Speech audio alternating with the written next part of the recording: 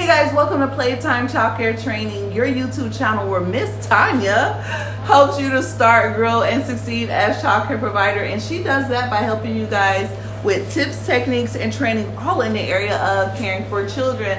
Hey guys, it's me again. It is Sarathia, and as promised, I am still putting out videos on behalf of Miss Tanya and Playtime, and transformation videos and startup videos. But as promised, do you guys remember my client from DeSoto, Texas, who had that amazing garage transformation? Well, just as promised, I said I was going to come back and interview her amazing daughter, who is 10, going to the 7th grade, and her son, who is 12, going to the 9th grade. So that's what we have coming up next.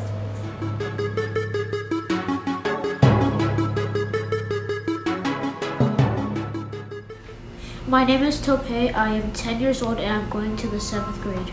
For fun, I enjoy making t-shirts, I like doing art and music, and I do karate. I've been doing karate since I was 4. When I first moved to a higher grade, it was like a little bit more challenging, but I got used to it as the school year went on. My name is Kaladi. I am 12 years old and I'm going to 9th grade. I wanted to be a musician and I want to be a real estate agent. Okay, awesome. We moved in from Nigeria like about 11 years now. And then I was at home for the first 2 years working with my kid and then expecting the second one.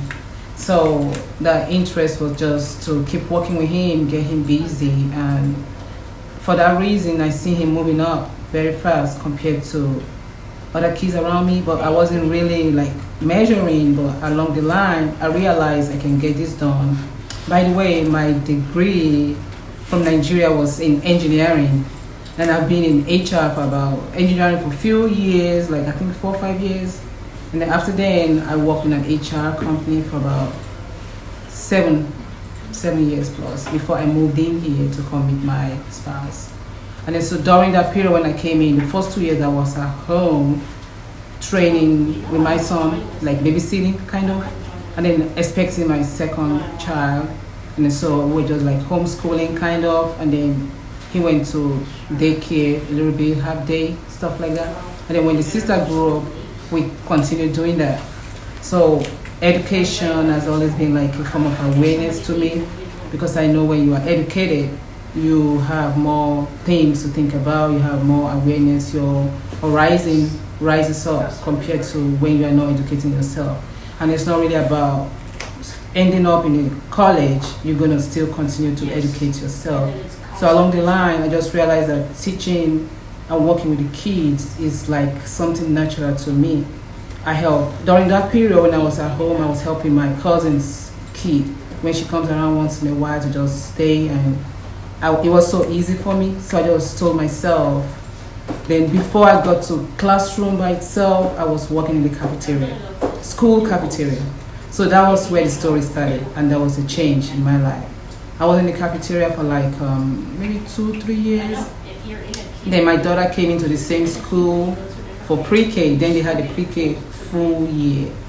So her first day in the school for pre-K, so her pre-K teacher, I was trying to tell her, look, this is what I've been doing with my kid at home. So this is where she is. And apart from her ABCs and sounds, math, reading, this is her level. And that was pre-K. So when she got to her classroom, and she used to cry a lot, my baby girl, she cries a lot. So I was thinking the teacher going to come in to tell me, oh, she started crying again. What's going on with her? Because she's not used to expressing herself. Well, anything that is wrong, she's going to cry it out. So that was the call I was expecting that morning. So I was expecting the call to say, oh, she started crying again this morning. What's going on? Then the teacher called me, and she said, the first question, the first statement from her on the call was, what in the hell are you doing? Because then she was like, for the past 10 years I've been working with school students, pre-K down. I haven't seen a student like this. She could read, and then as a day they said she could read up to like 4th grade level. They had to take her to the principal's office. Like, I don't know what to do with her. I teach pre-K, and they come in to learn their sounds, letter sounds and numbers, and then tracing their names. But this girl right here, she is reading, and they tested her. She was like 4th grade level. So like they need a special curriculum for her. They can put her in the classroom, but eventually they left her in there because of the social emotional parts of her development. So they made her do the pre-K the whole year, and then they already put her on the waiting list for the test that she's already above pre-K kinder level, so they might try her to be maybe first or whatever grade.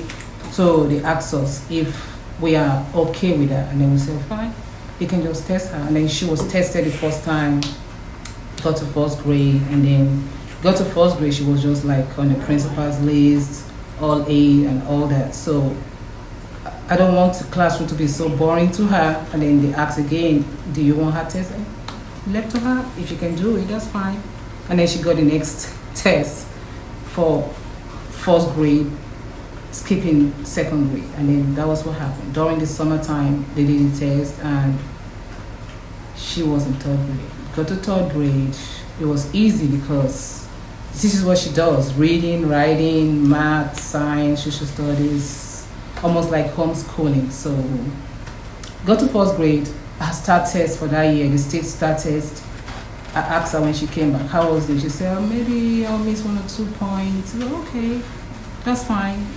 And then during the holiday, summertime, when the principal sent me an email saying, your daughter got 100%. On the STAR test? To start, for the Ooh, STAR test. you about to make me cry. For the STAR test. And then for her reading comprehension, she was like 80 something, close to 90%, because she doesn't read to understand the story. She's gonna read it like she's reading Judy Moody, some kind of fun kind of story. She won't understand it to really answer the question. But for the numbers, she's very, very good at that. So that was why I got that motivation to say, if I can do this with my kids.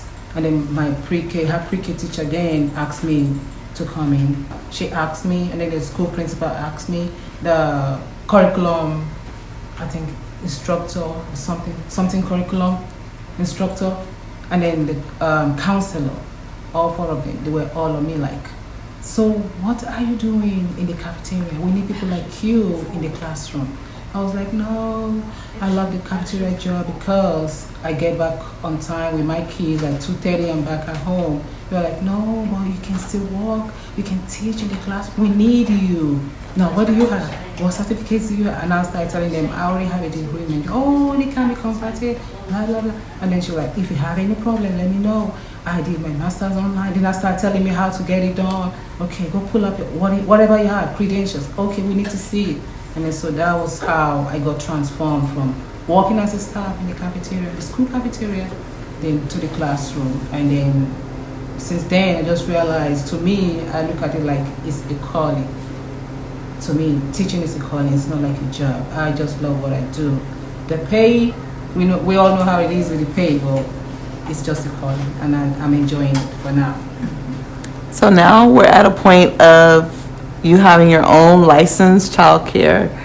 What's that calling look like for you moving forward? It's just like I said, calling. It's just like a dream coming true. I can see the twilights. I can see it because I was thinking about it, and then along the line, God brought you to me. So I'm just saying, during this period that we all running up and down, thinking of what is going on and what is not going on, all the news and everything, to me it has been a blessing. Meeting you at this time of the season, and then being at home because I teach, but now I'm at home and I'm tutoring and stuff, but I'm able to put the paperwork together through you, and so you've been like an angel in my life. You don't understand how it is. Oh, you're gonna make me cry. I just dabbled into your YouTube channel somehow, and then that was it. Like around 9-10 o'clock at night one night, and then I just saw it, and since then, 2 months ago, we are close by. We're close by, and I'm trusting and believing in God that you are an angel. You might not know it, but it's so magnificent, and big in my heart because you reduce the stress I was thinking about, like, how am I going to get this done? With my foreign names, with my accent, with everything, how am I going to get this paperwork done? But it is done, and I believe it. Amen. Thank you so much. So I will advise those that are willing or wishing to get to whatever you want to do, just hold on to it. There's always time for everything. And then you have to listen to that peaceful mind in you. There's something in you. Like, there's this video I used to watch, and the guy keeps saying there's a Michael Jordan in everybody. So you have to figure it out, what that thing is, what you do, what you love doing, what you can do while you're sleeping. Because I can actually teach sleeping, and I just tell me, I used to tell my other teachers I work with, I say, just give me, what I need is pencil, crayon, and paper. I'm done. So it's so easy to me. So it depends on what you want to do, but you just have to keep doing it, and every day keep putting in your best, and you're going to see you shining in what you do. All right, there you have it, her story, and I'm super excited for her. I mean, just coming into this house, feeling the spirit and the love of God here, her passion for her own children, teaching. I know she's going to contribute so much to the world.